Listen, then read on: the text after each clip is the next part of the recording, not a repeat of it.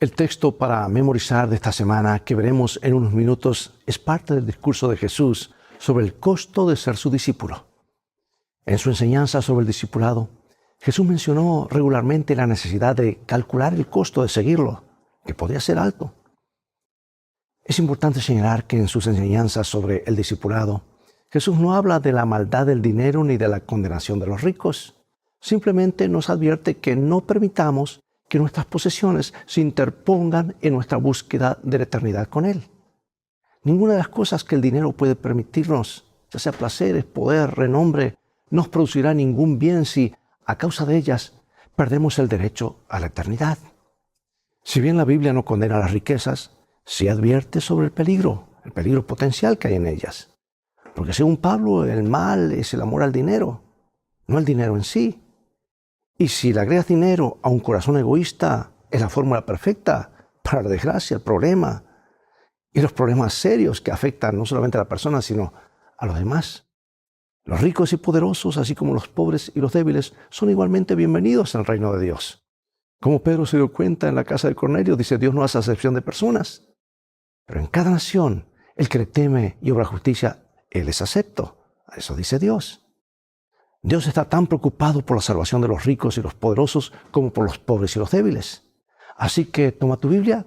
En un momento más regresaré para que consideremos juntos la misión en favor de los poderosos.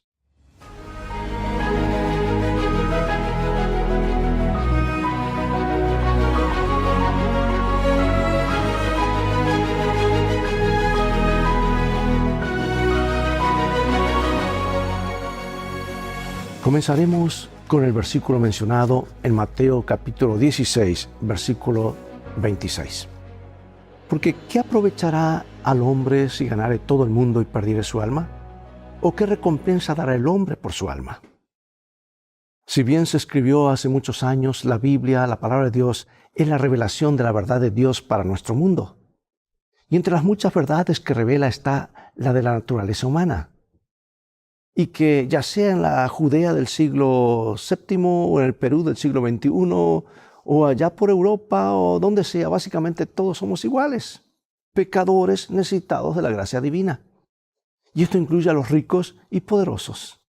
Los ricos y los poderosos de los tiempos bíblicos no eran diferentes de los ricos y los poderosos de los tiempos modernos, especialmente en su búsqueda de riqueza, más fama, más poder, más cosas.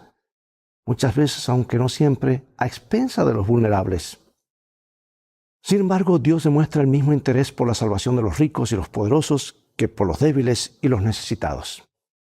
Las Escrituras ofrecen algunos ejemplos apasionantes de personajes bíblicos que eran poderosos, o ricos, o ambas cosas, y cómo Dios los utilizó a ellos para hacer una bendición para las naciones. Ahí tenemos el ejemplo de Abraham, Isaac, Jacob, Salomón, José, por citar algunos. Y hoy exploraremos la misión de Dios para con los ricos y los poderosos. Emprendamos entonces el viaje para ver cómo Dios alcanzó a algunas de estas personas y cómo llama y prepara a los adventistas para dar testimonio a ellos también en la actualidad. Empecemos con el caso de Nabucodonosor. Como adventistas del séptimo día creemos en lo que se conoce como la expiación ilimitada.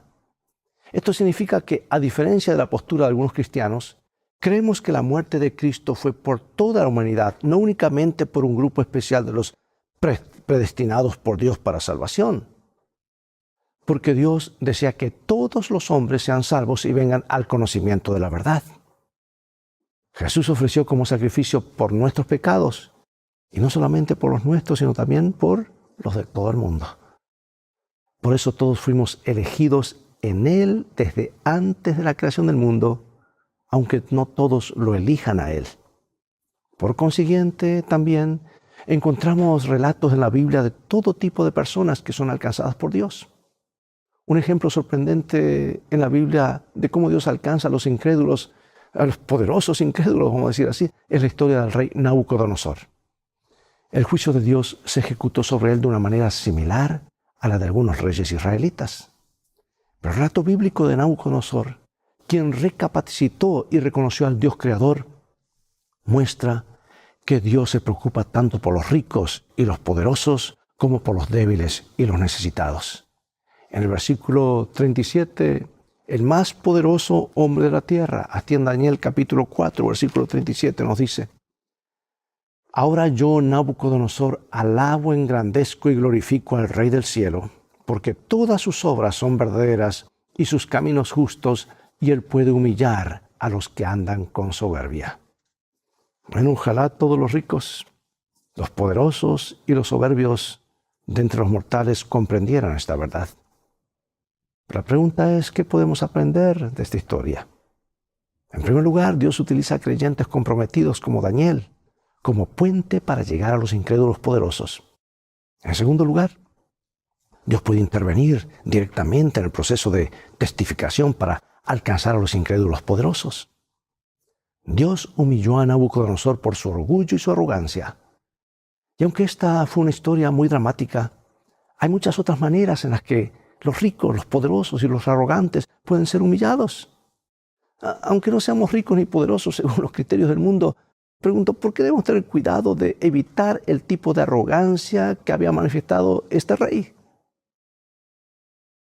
Es que eso no es compatible con la actitud de un cristiano. ¿Por qué tener esa actitud es más fácil de lo que pensamos? Especialmente cuando la fama, el dinero nos va elevando al punto de que ya nos da vértigo mirar para abajo. Dios nos ayuda a realinear nuestra vida, nuestras prioridades con los principios de este libro. Este es el manual de nuestro Creador, el manual de la felicidad.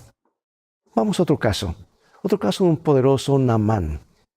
Bueno, Cristo murió por todos, por supuesto, independientemente de su origen, riqueza, etnia o estatus.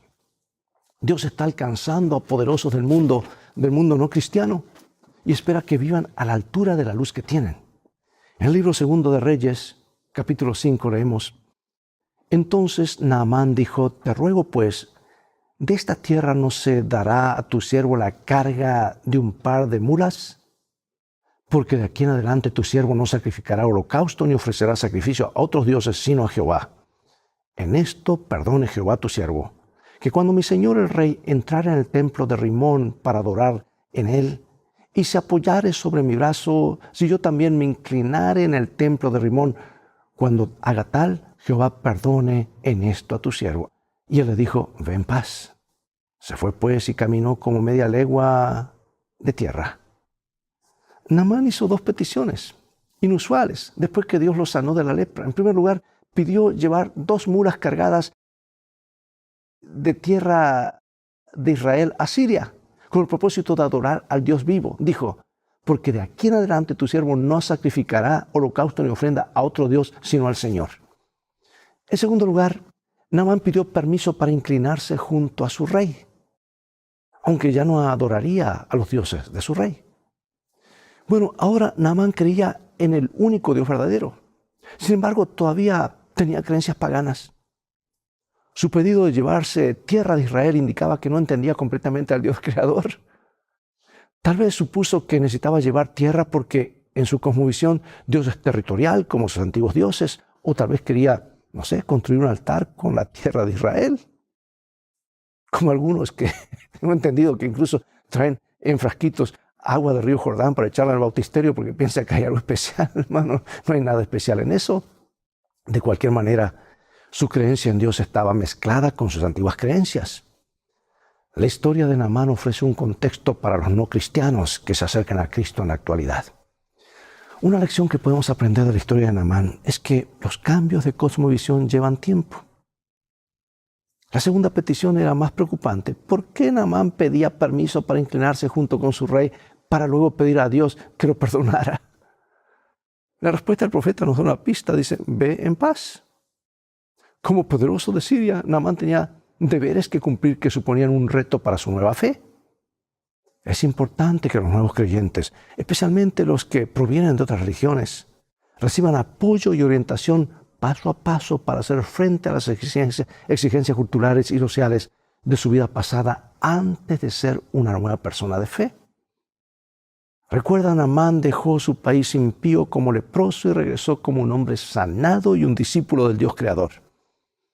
Acababa de comenzar su experiencia, necesitaba tiempo para crecer. ¿Qué lecciones debemos aprender de esta historia acerca de no presionar a la gente demasiado rápido, especialmente a quienes vienen de una cultura o trasfondo no cristiano?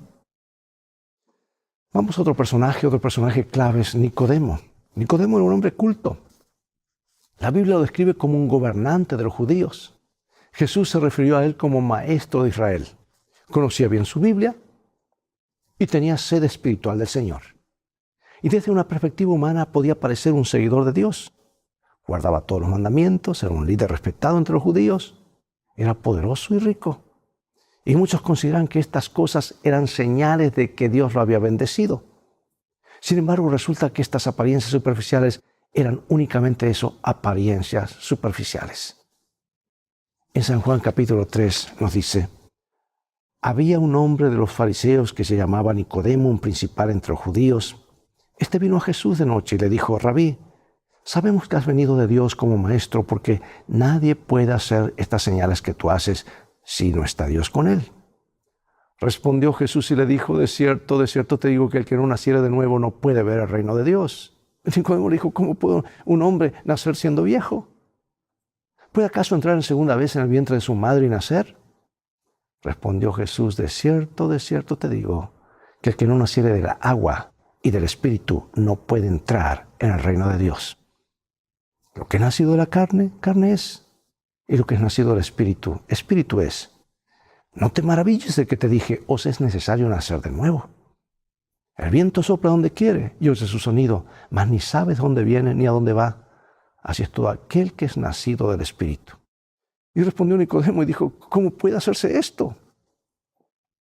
Respondió Jesús y le dijo: ¿eres tú maestro de Israel y no sabes esto? De cierto te digo, de lo que sabemos hablamos y lo que hemos visto testificamos, y no recibís nuestro testimonio. Si os he dicho cosas terrenales y no creéis, ¿cómo creéis si os dijese cosas celestiales? ¿Qué revela, amados, esta historia? ¿Qué nos revela acerca de las necesidades espirituales de Nicodemo y cómo las abordó Jesús de inmediato? Jesús fue al corazón, al grano, al punto del asunto con Nicodemo. Y cuando Nicodemo se acercó a Jesús, trató de salvar las apariencias, el statu quo, pero Dios conocía su corazón. Del mismo modo, Dios conoce el corazón y las necesidades de todos los ricos y poderosos, sin importar su origen. Nicodemo fue a Jesús porque sus enseñanzas lo habían convencido, pero su orgullo le impedía confesar abiertamente a Jesucristo como Señor. Pero aquella noche lo cambió para siempre. Incluso después de convencerse de que Jesús era el enviado de Dios, siguió sin reconocer abiertamente que era seguidor de Jesucristo. Vemos en San Juan, capítulo 7, lo que nos dice. Hubo entonces disensión entre la gente a causa de él, y algunos de ellos querían prenderle, pero ninguno le echó mano. Los alguaciles vinieron a los principales sacerdotes y a los fariseos, y estos le dijeron: ¿por qué no le habéis traído? Los alguaciles respondieron: jamás hombre alguno ha hablado como este hombre. Entonces los fariseos le respondieron: ¿también vosotros habéis sido engañados? ¿Acaso ha creído en él alguno de los gobernantes o de los fariseos? Mas esta gente que no sabe la ley maldita es. Les dijo Nicodemo, el que vino a él de noche, el cual era uno de ellos: ¿juzga acaso nuestra ley a un hombre si primero no lo oye y sabe lo que ha hecho? Respondieron y dijeron: ¿eres tú también Galileo? Escudriña y ve que de Galilea nunca se ha levantado profeta. También Nicodemo, el que antes había visitado a Jesús de noche, vino trayendo un compuesto de mirra y de áloes como 100 libras. Amados, ¿qué nos dice estos textos acerca de Nicodemo y Jesús? En estos versículos podemos ver que Nicodemo obviamente había quedado tremendamente impactado con Jesús. Intentó protegerlo cuando Jesús estaba vivo y luego honrarlo después de su muerte. Sin duda Jesús había tocado a Nicodemo, quien por más alarde de su conocimiento y sabiduría quisiera, tenía una gran necesidad del Salvador, como todos nosotros. ¿Por qué debemos tener cuidado con la trampa de pensar que, dado que tenemos la verdad, y la tenemos en realidad, entonces el solo conocimiento de esta verdad es suficiente para salvarnos?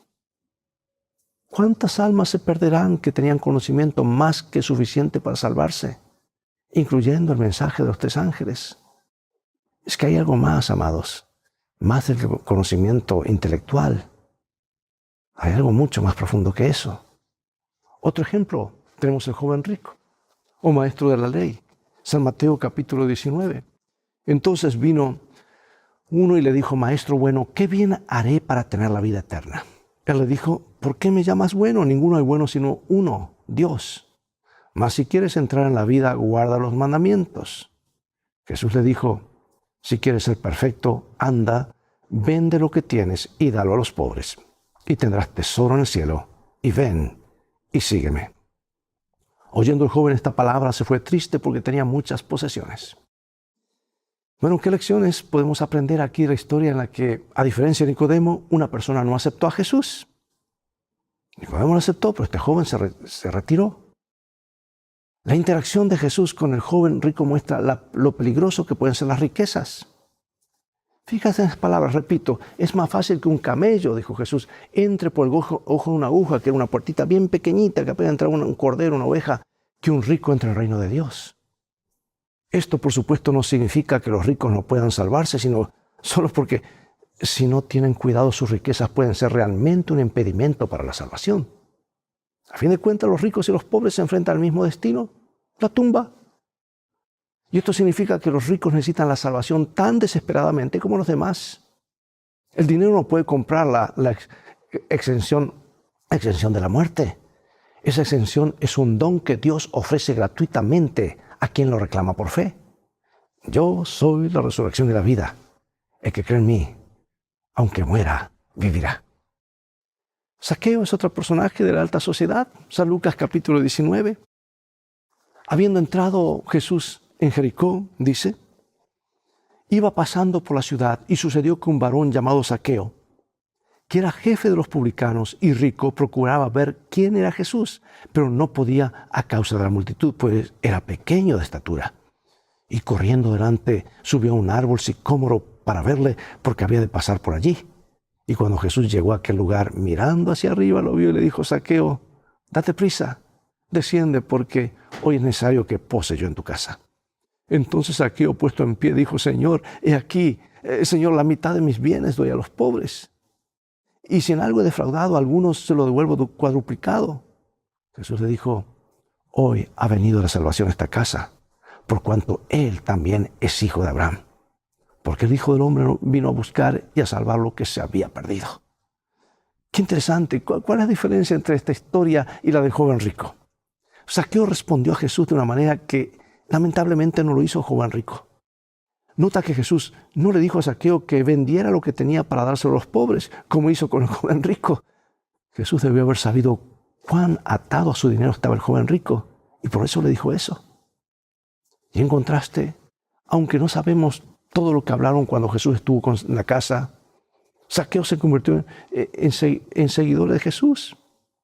Se convirtió a Jesús y supo que tenía que hacer algunos cambios en su vida, especialmente en lo relacionado con sus riquezas. ¿Qué aprovechará al hombre si ganara todo el mundo y perdiera su vida? ¿Qué puede dar el hombre a cambio de su vida? Deberían decirnos las palabras a todos. Y quiero agregar algo más, hermanos. Cuidado con estos teología de la prosperidad que anuncian: ven aquí, Dios te dará esto, Dios quiere que seas rico. Hermanos, la riqueza no es un símbolo de la bendición de Dios. El diablo también puede dar riquezas. Dios da a quien Él quiere. Pero si la riqueza es solamente el parámetro para saber de que estamos prosperados por Dios, entonces Jesús fue la persona más miserable del planeta. No tenía siquiera dónde recostar su cabeza. Así que cuidado cómo evaluamos la prosperidad. Contento con lo que tenéis. Seamos sabios, que Dios nos ayude a utilizar el dinero de la mejor manera. Pero cuidado, porque a veces la abundancia de esto hace que dependamos más de esas cosas y no tanto de Dios. Felices los ricos que ponen todo en las manos del Señor y están enfocados en la perspectiva correcta de poner a Dios primero y luego a sus prójimos y ellos en último lugar. Bueno, Jesús sabía cómo hacerse amigo de los poderosos. Muchos de ellos lo admiraban y lo respetaban. Y al mismo tiempo, también muchos lo despreciaban. Ocurre hoy, ocurrió entonces. Los poderosos de la Biblia que acudieron a Jesús en busca de ayuda seguramente sintieron que Él se preocupaba por ellos. Además, muchos de los ricos y poderosos no acudieron abiertamente a Jesús de inmediato. Esperaron hasta estar seguros de que Jesús era realmente el Hijo de Dios. Y este fue el caso de Nicodemo y de José de Arimatea. Hasta ese momento no habíamos oído nada de José de Arimatea. De repente aparece este rico casi de la nada y es utilizado para ayudar a cumplir la profecía. Dios lo usó y seguirá usando a los ricos para sus propósitos. Por lo tanto, nosotros también debemos tener una misión en favor de ellos. Una de las frases más difíciles a la hora de entablar amistad con la gente poderosa es definir por dónde empezar. En general es mejor no perseguirlos. Deja que ellos vengan a ti. Jesús hizo esto. Ellos se convirtieron en testigos de su mensaje, de su sanación y del poder de Dios. Y mientras mantenían un perfil bajo, se convencieron de que Él era realmente el Hijo de Dios. Los poderosos tratarán de colaborar con un ministerio auténtico por varias razones. Quieren formar parte de algo bueno que cambie la vida de la gente. Y ellos saben que de esta manera su vida también puede ser transformada. Es una forma muy sutil de que los ricos y los poderosos obtengan la ayuda que necesitan sin revelar públicamente sus necesidades. Y la segunda fase consiste en iniciar un auténtico ministerio como un medio para que los ricos y los poderosos formen parte del ministerio de Dios. Dedica algún tiempo a atender y considerar la vida de los ricos y los poderosos en tu sociedad y te asombrarás en ver tanta gente con las mismas necesidades que nosotros o aquellos que no tienen nada. Bueno, aquí van los desafíos de esta semana, que estamos lanzando cada semana. Añada a tu lista de oración diaria a alguien que esté en una posición de poder que no sea creyente y que sea alguien con quien podrías entrar en contacto de tanto en tanto. Número 2, escribe una carta o un correo electrónico a alguien en un puesto de poder, aunque sea alguien que no conozcas, y dile que estás orando por él o por ella. Y una parte importante de la existencia humana gira en torno al dinero. Ganarlo, gastarlo, ahorrar parte de nuestras ganancias, dar algo, ante todo en forma de diezmos y ofrendas. ¿Sabes que el dinero especialmente, cómo nos relacionamos con él, no debe tomarse a la ligera? De paso, era el tema favorito de Jesús. Habló del dinero más que de cualquier otro tema, lo puedes ver en el Nuevo Testamento. Porque los ricos no son los únicos que enfrentan peligros de quedar hipnotizados por las posesiones terrenales. Los pobres también pueden convertirse en esclavos de lo poco que tienen o el deseo de adquirir más hasta el punto de correr el peligro de perder de vista la eternidad. Como cristianos es importante que la forma en que nos relacionamos con el dinero y todo lo que éste puede permitirnos no obstaculice nuestra relación con Dios. Y aquí hay dos cosas que debemos tener en cuenta en relación al dinero. Número 1, la fragilidad de las inversiones terrenales. Todas las adquisiciones que el mundo tiene para ofrecer placer, seguridad, poder, etc., son fugaces. La pandemia ya nos habló a gritos de que de repente todo puede desaparecer de un soplo, de un día para otro. Una empresa, una familia, la vida de un ser querido, etc. Y algunos viven y no tienen tiempo para Dios, para su familia. Acumulan. Conocí en Japón una persona que tenía 3 trabajos. Allí hay que trabajar mucho en Japón. Pero no tenían para Dios, para la familia, para nadie. Y hay gente así, hermanos. Y boom, un ataque al corazón. ¿Y qué se llevan? Nada. Mejor dicho, llegan a ser los cadáveres más ricos de todo el cementerio. Así que número 1, la fugacidad del dinero es pasajero. Y la fugacidad de la vida, la brevedad de la vida. Y número 2, el día que nos presentemos ante Dios y rindamos cuentas de nuestras vidas, seremos evaluados por la salud de nuestras almas en lugar de por la riqueza de nuestros bienes. Como Dios no hace acepción de personas, todavía anhela que personas ricas y poderosas se conviertan en discípulos de Cristo. Lo que más le importa a Dios no es lo que está en las manos de una persona, sino lo que hay en su corazón. Y los ejemplos bíblicos de personas ricas y poderosas nos enseñan que esta categoría de personas también puede ser receptiva al Evangelio. Es responsabilidad de los creyentes, de la iglesia, creyentes comprometidos a orar para que Dios intervenga directamente en el proceso de testificación a fin de alcanzar a los incrédulos poderosos y también aprovechar que el Espíritu Santo trabaje para convertirnos en puentes para alcanzarlos. Bueno, debemos ir finalizando ya, el tiempo ha avanzado rápidamente, pero quiero decirte que el amor de Jesús es el mismo por los pobres que por los ricos y los poderosos del mundo. Murió tanto por los príncipes como por los indigentes.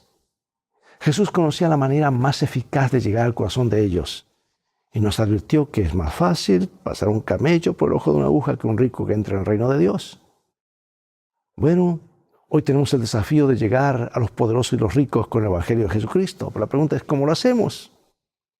Ellos necesitan la salvación tanto como los demás. Aunque por desgracia no se den cuenta de ello debido a la sensación de seguridad que creen que les ofrece su riqueza.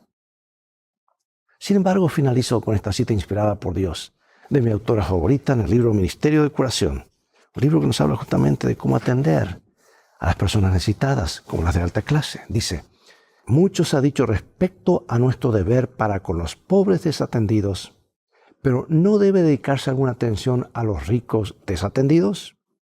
Miles de ricos han descendido al sepulcro sin que nadie los previniera.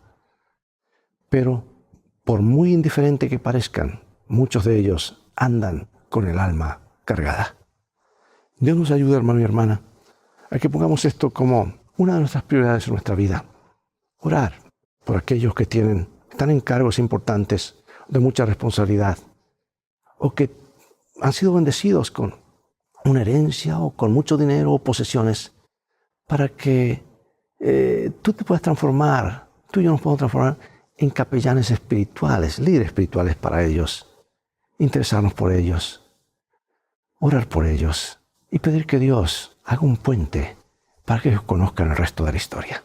Bien, vamos a orar y pedir que Dios nos bendiga. Gracias, Padre, porque nos das una porción para hacer de este lado de la eternidad.